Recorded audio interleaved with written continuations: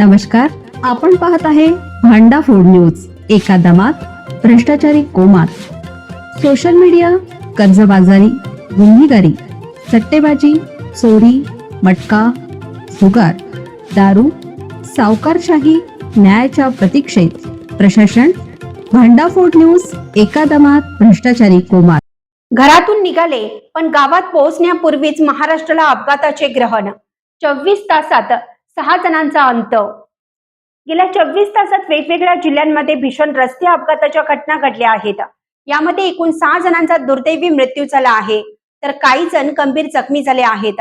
लातूर, पुणे, भंडारा आणि नाशिक या 4 जिल्ह्यांमध्ये हे अपघात घडले आहेत.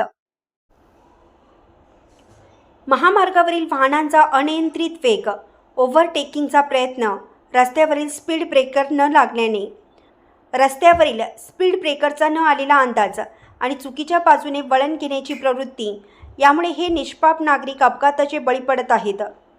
यातील काही घटनांमध्ये संपूर्ण कुटुंब उद्ध्वस्त झालं असून भंडाऱ्यात हिट अँड रनचं धक्कादायक घटना समोर आली आहे. या पार्श्वभूमीवर पोलिसांनी या सर्व अपघाताची नोंद घेतली असून दोषी वाहन चालकांवर गुन्हे दाखल करण्याचं काम सुरू आहे.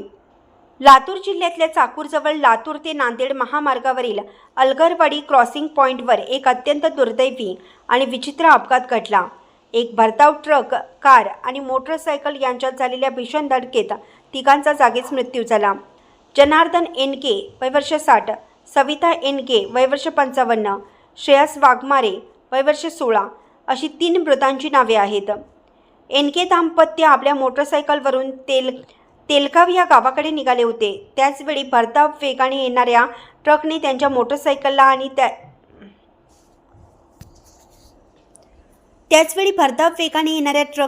मोटरसायकलला आणि एका कारला जोरदार धडक दिली.